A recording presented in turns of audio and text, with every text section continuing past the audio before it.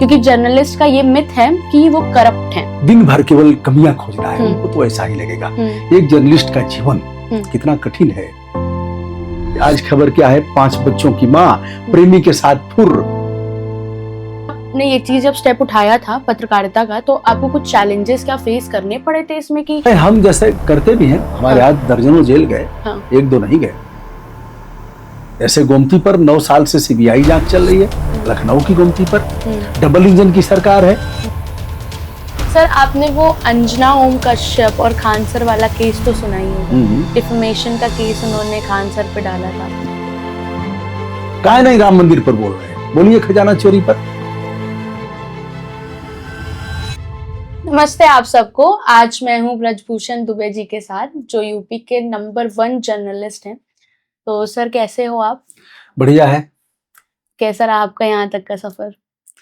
सफर तो अच्छा है और एंजॉय के साथ सफर करना चाहिए। अच्छा। तनाव मुक्त होकर के, और यह सोच करके कि यह देश हमारा है, यह दुनिया हमारी है, और जो हम कर रहे हैं वो राष्ट्र के लिए कर रहे हैं, तो सफर अच्छा होगा। सर, यह शरीर देश का है, राष्ट्र का है। तो ऐसे ही एंजॉय के साथ, खेल खेल में वह सब कुछ करना है जो देश की सेहत के लिए ठीक हो। सर, जैसे कि हम आपको देखते आ रहे हैं काफी टाइम से, तो हमने आपकी वीडियोस भी देखी हैं, इंस्टा पे हो गया, यूट्यूब पे हो गया।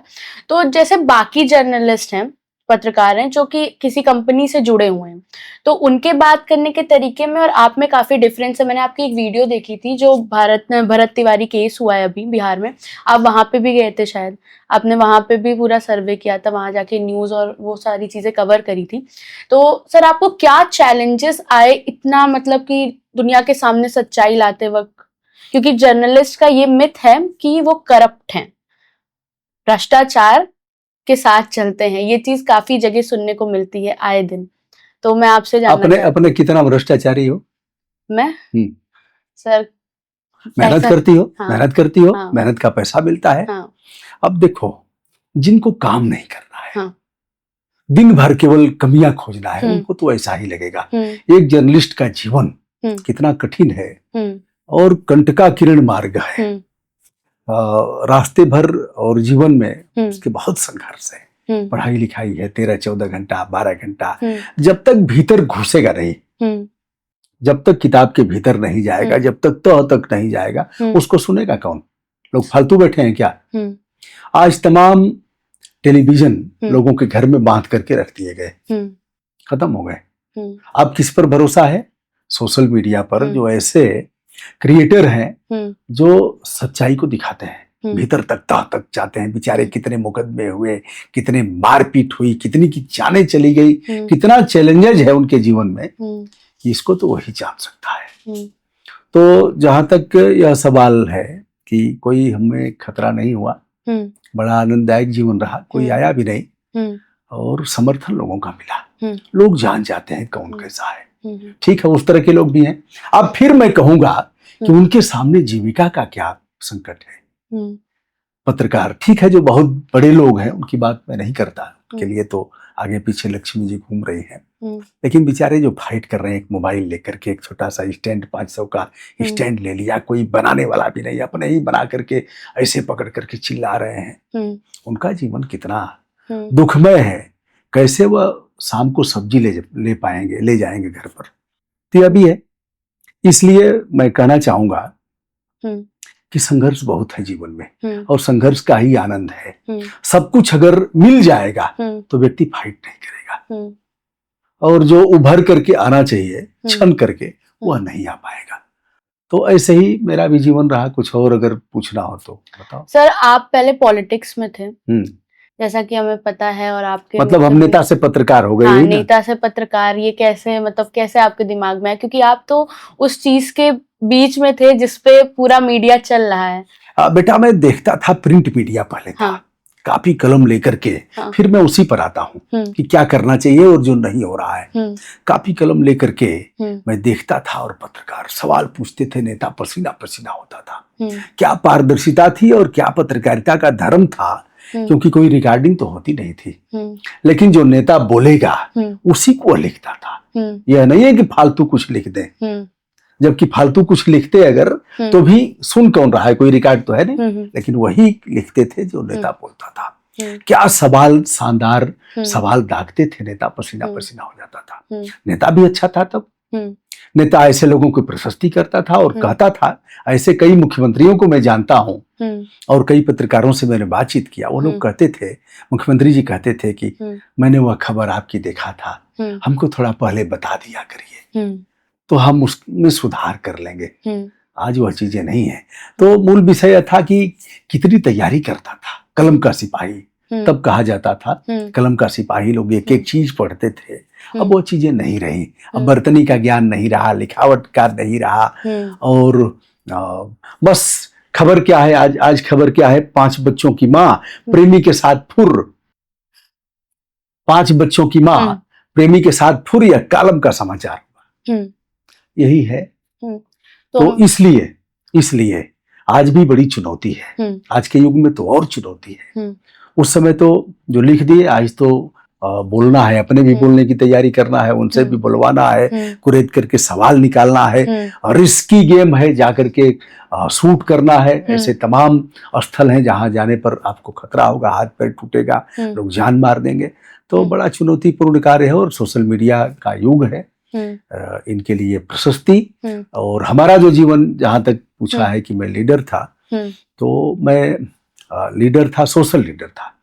एक शब्द और जोड़ देते हैं, सोशल लीडर। क्षेत्र पंचायत सदस्य हुआ 2000 में, ज्येष्ठ ब्लॉक प्रमुख हुआ, फिर 2010 में जिला पंचायत का सदस्य हुआ, 2012 में विधानसभा लड़ा, 2014 में लोकसभा लड़ा। लेकिन लगा कि यार हम किसी सदन में चले भी जाएंगे, सदन में जाएंगे कैसे? किसी की चमचागिरी करके, या तो हमारे पास बहुत पैसे हो, या फिर हमारे पास बहुत बड़ा जनाधार हो। लेकिन पैसा नहीं होगा, जनाधार नहीं होगा तो कोई पूछेगा नहीं। तो पैसे वाले तमाम लोग हैं, या फिर क्रिमिनल हो, तो वह तो हमारे पास था नहीं। फिर लगा कि सदन में जाकर के हम करेंगे भी क्या? रास्ते तो हैं, जैसे आज जितने इनके जो भी पत्रकारिता कर रहे हैं, इनके जो प्रवक्ता हैं, उनसे ज्यादा तो हमारा ऐसे ही है, भगवान ने वैसे ही दिया है। आज वह दिक्कत नहीं है। लेकिन सवाल इस बात का है कि सदन में जाकर के हम करेंगे क्या? इतना बड़ा सदन मिला है। तो लोगों ने कहा कि आप जन सांसद हैं, जन सांसद। तो मैं जन सांसद हो गया, जनता का सांसद, करोड़ों का सांसद रहूंगा। 5 विधानसभाओं को मिलाकर के एक लोकसभा होता है, तो हम उतने का ही क्यों? तो अगर संतोष कर लिया जाए और यह देखा जाए कि यह आवाज जो हमारी बात हो रही है, यह लाखों करोड़ों तक जा रही है, तो इससे बड़ा और मौज क्या है? तो यह था। फिर जहां तक उसका सवाल है, तो कोई डराया धमकाया नहीं हमें, और बड़ा आनंददायक जीवन था। मैंने यह जान लिया कि यदि हमने अपना चेहरा नहीं बिगाड़ा है, तो किसी की हिम्मत नहीं है। आंख गड़ा करके हमेशा बात करेंगे। यदि बंद कोठरी में भी हमारा और आपका कोई अनुबंध हो गया, कोई नहीं है मान लीजिए, और फिर किसी मामले में, कि सर इस मामले में आवाज मत उठाइए, और यह रहा, बेटा यकीन मानो चेहरा हमारा बुझा हुआ रहेगा जब मैं बाहर जाऊंगा, जबकि किसी ने नहीं देखा। तो इन चीजों को मैंने जान लिया, इस रहस्य को। आगे तो सर, आप शुरू जब इस लाइन में आए थे, आपको इतना सारा नॉलेज ऑलरेडी था, आपको पता ही था कि अंदर क्या चल रहा है, कहाँ पे परेशानी है, कहाँ नहीं है।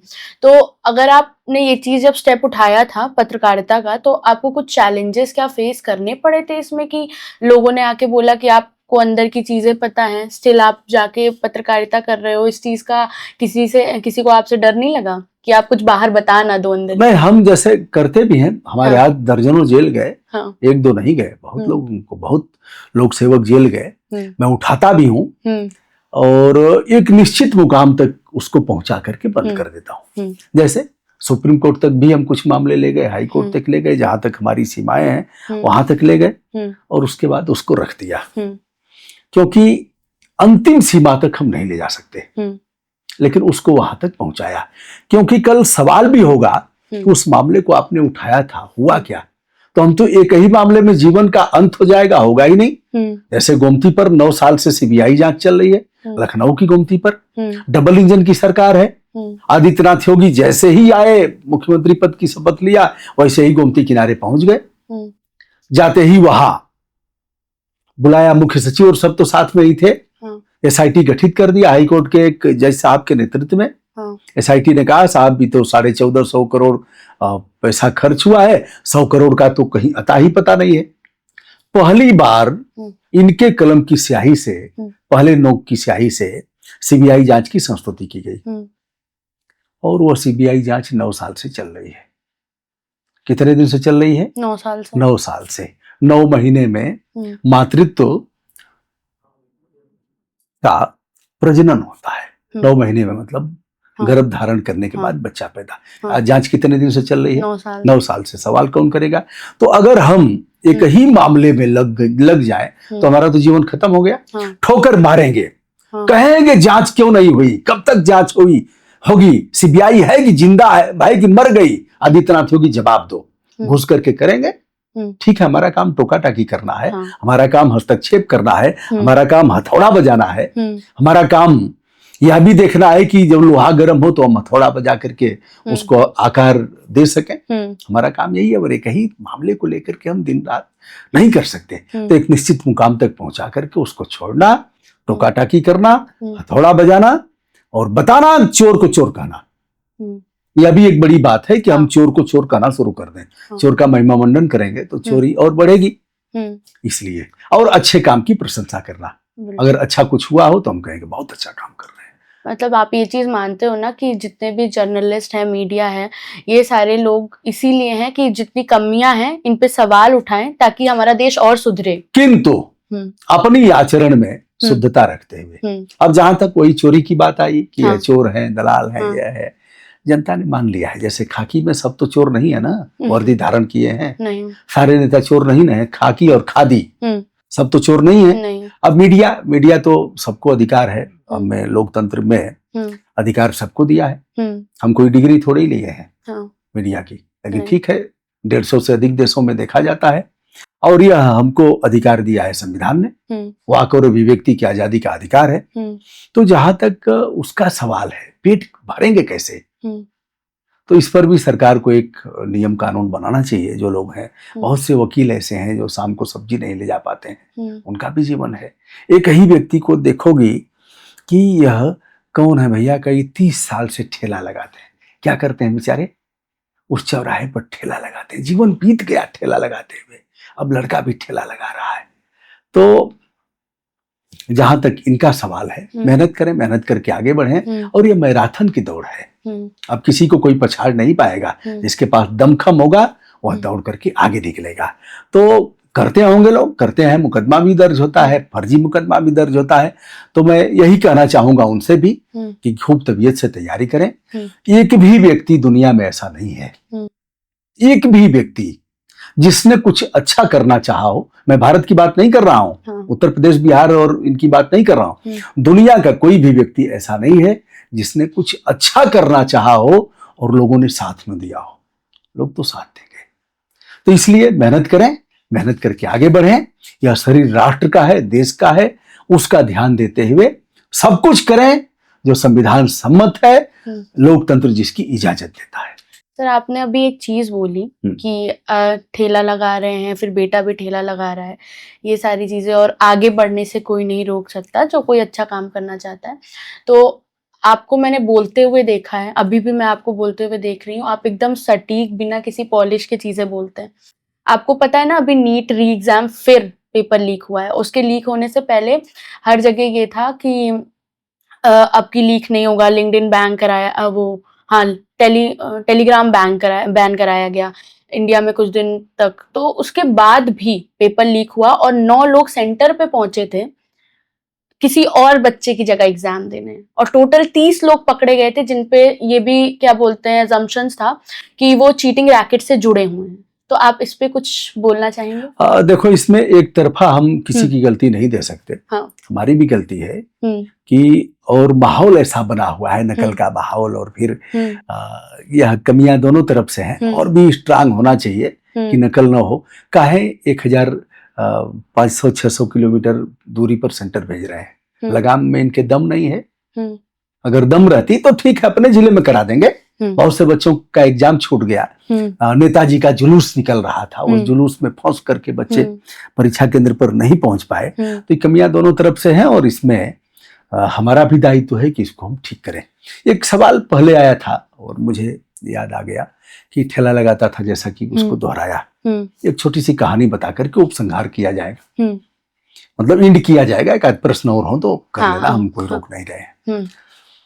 एक व्यापारी था, टोपी बेचता था। टोपी जानती हो ना? पहले गांधी टोपी लोग लगाते थे, सफेद टोपी।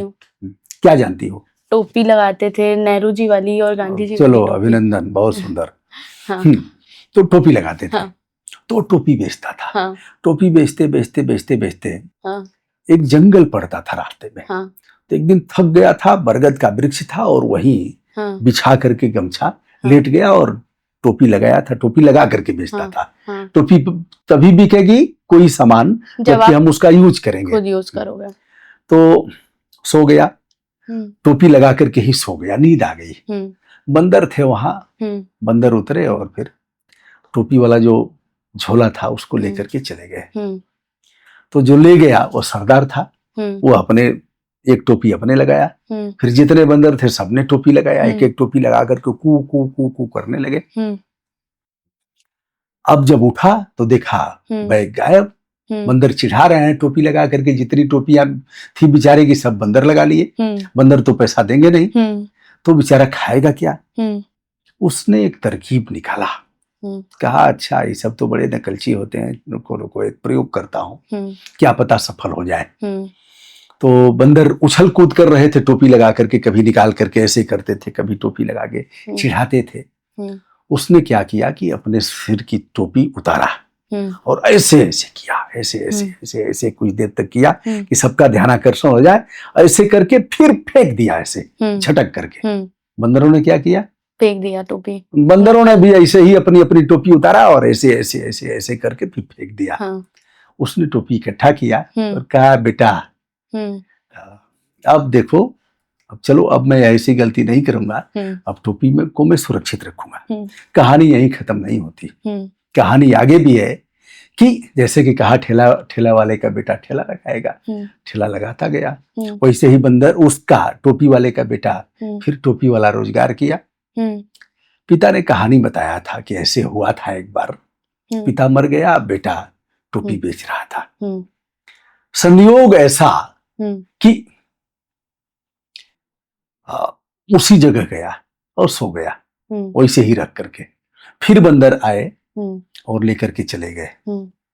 फिर बंदर लगा लिए, बंदर टोपी लगा लिए और फिर ये उठा कहा अच्छा अच्छा चलो तुम लोगों को मैं तुम्हारी कितनी बुद्धि है हमें पता है, चलो। पिताजी ने बताया था कि तुम लोग कितने नकलची हो। फिर लड़के ने भी वैसे ही अपनी टोपी निकाला, उतारा ऊपर से और ऐसे ऐसे ऐसे ऐसे करके फिर झटक के फेंका। लेकिन इस बार कहानी बदल गई थी। इस बार बंदरों ने टोपी नहीं फेंकी, इस बार कहानी यह बदल गई थी। यही नहीं हुआ, एक बंदर आया और वह टोपी भी लेकर के चला गया। कहने का मतलब यह रहा कि वह बंदर नहीं रहे जो उस समय थे, और वह टोपी बेचने वाला भी नहीं था जो उस समय था। उसकी अगली पीढ़ी थी और बंदरों की तीसरी चौथी पीढ़ी जो भी रही हो। बंदरों ने भी बता दिया था अपने बच्चों से कि एक बार धोखा खा चुके हैं हम, और इसने भी बताया था कि ऐसे ऐसे हुआ। बंदरों ने तो सीख ले लिया, लेकिन मनुष्य ने नहीं सीखा। ये एक हास्यास्पद और दुखद पक्ष है। तो ये आवश्यक नहीं कि वह जो करते थे हमारे पिताजी हम भी करेंगे, आगे बढ़ेंगे, और इसमें चुनौतियां स्वीकार करना है, आत्मबल और दृढ़ इच्छा शक्ति का प्रकटीकरण करना है, आगे बढ़ना है, और परमात्मा सबको अवसर देता है।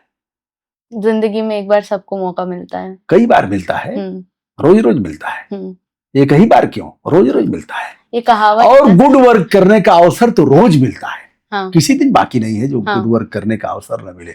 जैसे आज भी मिल रहा है, क्या पता तुमसे भी मैं सीख रहा हूँ, हमसे भी कुछ सीखने का, हमसे भी कुछ सीखने का अवसर मिलेगा। तो गुड वर्क तो रोज करने का अवसर मिलता है, और यही जीवन है।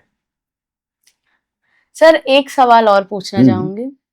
आपकी बातें सुन के आप इतनी जगह जाते हो, मतलब जितना हाँक रहा हूँ ना, हाँक नहीं रहे हो सर, आप एकदम पॉइंट टू पॉइंट बात कर रहे हो, मुझे ये एक्सपेक्टेड नहीं था, क्योंकि मैंने जितने भी आज तक पॉडकास्ट लिए हैं सब पॉलिश करके बातें करते हैं, और कई बार तो ऐसे होता है कि बोलते हैं ये वाला कट कर दीजिएगा, ये मत डालिएगा, ये कट कर देना, मत डालना, ये बात कोई बात नहीं, कोई बात नहीं। तो सर आप ये खड़ाहू क्यों पहनते हैं, ये अच्छा, इसके पीछे की स्टोरी क्या है? इसको कभी देखा है? सर देखा है। अच्छा। हाँ, हमारे यहाँ पहना जाता है, बट कुछ कुछ ओकेजन्स पे। बेटा हमने हाँ। नदियों के लिए बहुत संघर्ष किया, जब से होश संभाला, जब से हमारा ज्ञान चक्षु खुला कि नदियां प्राणदायिनी हैं, और नदियां जब नहीं रहेंगी तो जीवन नहीं रहेगा, सृष्टि नहीं रहेगी, खेती बाड़ी नहीं रहेगी, जीव जंतु पशु पक्षी नहीं रहेंगे, नदियां नहीं रहेंगी तो पानी कहाँ से पिएंगे, सिंचाई कैसे होगी, भूगर्भ जल कैसे, उसको हम संचयन कैसे करेंगे।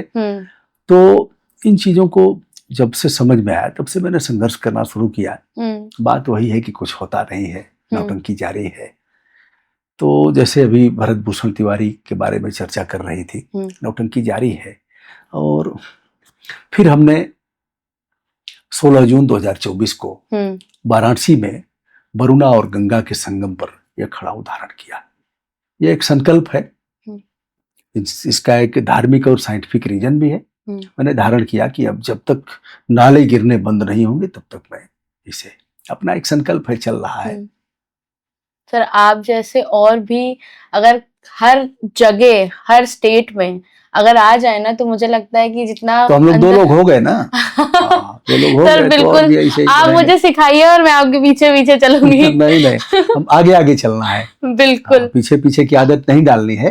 हाँ, मतलब साथ में चलना है, बताते हुए चलना है, संभालते हुए चलना है, सीखना भी है, सिखाना भी है, क्योंकि हर व्यक्ति के पास कुछ न कुछ सिखाने के लिए है, तो सीखना भी है। एक अकेला थक जाएगा, मिलकर बोझ उठाना, साथी हाथ बढ़ाना, साथी हाथ बढ़ाना, साथी रे। ये फिल्म सुना है? सर देखा है इसको, गीत को सुना है? गाना नहीं सुना है, आप ही के मुंह से सुना है मैंने। गाना सुनना जरूरी है, बिल्कुल, गुनगुनाना जरूरी है, कुछ बजाना जरूरी है, और जिसके जीवन में संगीत नहीं है उसका जीवन नीरस है। सर गर्दभ स्वर है तो हम गुनगुनाएंगे, ठीक है, वाद्य यंत्र सुनेंगे, हम तो खूब बसों में सुनते हैं, ट्रैक्टर पर सुनते हैं, भोजपुरी भी खूब सुनते हैं, कव्वाली भी खूब सुनते हैं। अच्छा, आप भोजपुरी भी सुनते हैं? हाँ, भोजपुरी जगत के हम ही हैं, तो भोजपुरी खूब सुनते हैं, कल्पना का गीत सुनते हैं। भोरा कमाई जातिया देवघर, बेच के भोरी पाड़ी, बलमुआ हमरो के, धरादा पटना से कोनो गाड़ी। मैं खूब सुनता हूँ। खेसारी लाल यादव हमारे अच्छे मित्र हैं। हम गए चुनाव में तो देख करके हमको पहचान गए। बड़ी चुनौतियां हैं इस क्षेत्र में, मैं बता रहा हूँ, धक्के मार करके उनके बाउंसर थे, हटा रहे थे। मुझे कई बार जीवन में लगा कि ब्रजभूषण कहाँ फंस गए इस क्षेत्र में। हम तो लीडर थे, पॉलिटिकल एलिमेंट थे, हमारा मतलब था, जलवा था कहाँ। बहरहाल खेसारी उतरे तो देख लिए, फिर ऐसे किए, फिर बहरहाल हो गया, अलग बात है। फिर बड़ा आदर किया, पैर छू करके। सर आपको नहीं लगता कि आप बहुत ही अच्छे नेता बन सकते थे? नेता नहीं लग रहा हूँ क्या? नेता ही क्या है नेता? कोई सदन में पहुंच करके ही नेता होगा? नहीं, नेता माने नेतृत्व करता। तो हम तो पूरे देश का और विश्व में इतने देश देख रहे हैं, इसका मजा है। बस ये है कि उस सदन में मैं नहीं जा पाया। पावर में शेयर एक है, आदमी जाएगा तो पावर में शेयर करेगा, कानून बनाएगा, तो हम दबाव बनाएंगे कि कानून बनाओ, ऐसे करेंगे। और उसमें जिस दल का नेता रहेगा, मुखिया जो कहेगा वैसे ही कू करना है। सीआर देखी हो कभी? हाँ, सीआर देखी हूँ। कैसा होता है? कैसे आपको बताऊं, पर मतलब थोड़ा सा ऐसे बिल्ली टाइप का, लोमड़ी बिल्ली मिक्स का मुझे लगता है वो। अच्छा, ऐसे लगता है, देखा है मैंने। गीदड़ भी बोलते हैं, सीआर भी बोलते हैं, श्रृंगाल।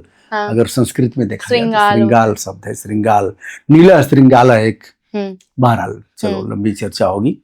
तो हूं करते हैं कुत्ते, एक बोलेगा तो वैसे हूं करेंगे सब, तो वैसे ही उनका हाल है। जो मुखिया कहेगा वही करना है, वही कहना है। तो ठीक है, हम तो अपना मौज है, और जो अच्छा लगेगा, जो लगेगा कि विधि सम्मत है, वो कहेंगे। हमारे ऊपर कौन है? सर आपने वो अंजना ओम कश्यप और खान सर वाला केस तो सुना ही होगा, डिफेमेशन का केस उन्होंने खान सर पे डाला था।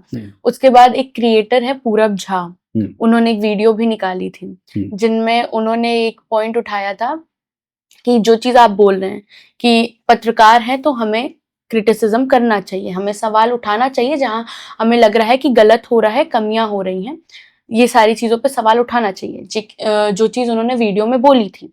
पर उन्होंने एक चीज और बोला कि आप उस टाइम ऑफ मीडिया से आते हो जहां पे पत्रकार का काम होता है भ्रष्टाचार को रोकना, देश को सुधारना, पर आप वो लोग हो कि अगर जिनके मुंह पे पैसे फेंक के बोला जाए कि कैंसर के फायदे बताइए तो आप वो भी कर सकते हो। और उन्होंने खान सर को ये भी बोला था कि आजकल के स्टार यूट्यूब टीचर्स, आपने ये चीज बड़ा सुना होगा, तो आपका क्या राय है इस चीज पे? देखो, खान सर हमारे बेटे जैसे हैं, छोटे भाई भी हैं, बड़ा आदर करते हैं, सर का के बात करते हैं। हमारे 1 घंटे से अधिक के पॉडकास्ट भी, मतलब पॉडकास्ट क्या वीडियो है ऐसे ही, तो वह भी है और बहुत हमारी बात माना भी है, बातचीत भी होती है। अंजना के गांव भी मैं गया हूँ और अंजना से हमारी ऐसे कभी मुलाकात नहीं है, लेकिन उनके गांव का जो ध्वस्त हॉस्पिटल था बगल में इनके घर के, और वहाँ एक स्टाफ नर्स थी। मैंने पूछा कहाँ पानी पीती हैं?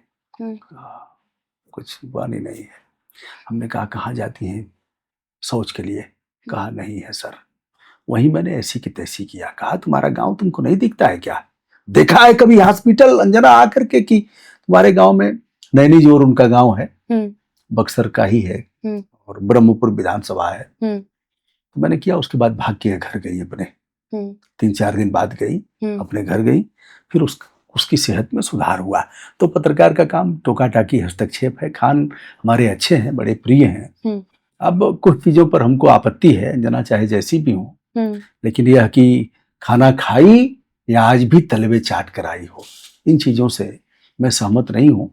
हम आंख गड़ा करके करेंगे, लेकिन इन चीजों का एक मर्यादित आचरण होना चाहिए। खान बच्चे हैं, अभी मैं बच्चा ही कहूंगा, क्या चैनल पर जाएगा भी, खान को मैं बच्चा ही कहूंगा। व्यक्ति जीवन भर सीखता है। चूक इस मामले में खान सर से हुई है, और तो आंख गड़ा करके अंजना हो या अंजना क्या जो भी आका है उनसे आंख गड़ा के बात करेंगे, पीएम से आंख गड़ा के बात करेंगे, सवाल करेंगे कैसे बताया है कि गैस से, गटर से कैसे गैस निकलेगी? आपको ध्यान नहीं था कि क्या कर रहे हैं आप? अगर अवसर मिलेगा तो ऐसे भी आंख गड़ा के सवाल करेंगे, क्यों नहीं करेंगे? काहे नहीं राम मंदिर पर बोल रहे हैं, बोलिए खजाना चोरी पर। सब कुछ आपने किया तो इसका भी श्रेय आपको जाना चाहिए। ऐसे ही है।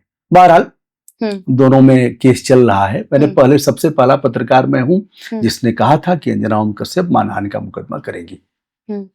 सबसे पहले मैंने कहा था किस मामले में मानहानि बनता भी है ऐसे, क्योंकि व्यक्ति का नाम लेकर के कहा था। अगर सामूहिक रूप से हम कहेंगे तो कोई मानहानि नहीं बनेगी, लेकिन व्यक्ति को टारगेट करके करेंगे तो मानहानि बनेगी। मतलब गलती तो उस साइड से भी हुई है। हाँ, मतलब परहेज करना चाहिए। हाँ, परहेज करना चाहिए। खान अच्छे हैं, अच्छे टीचर हैं, बड़ा कम पैसे में बच्चों को पढ़ाया, विनोदपूर्ण माहौल में मैथिली, भोजपुरी, अवधी, मगधी सब बोल करके। ठीक है, इसका ध्यान चूक हो जाती है।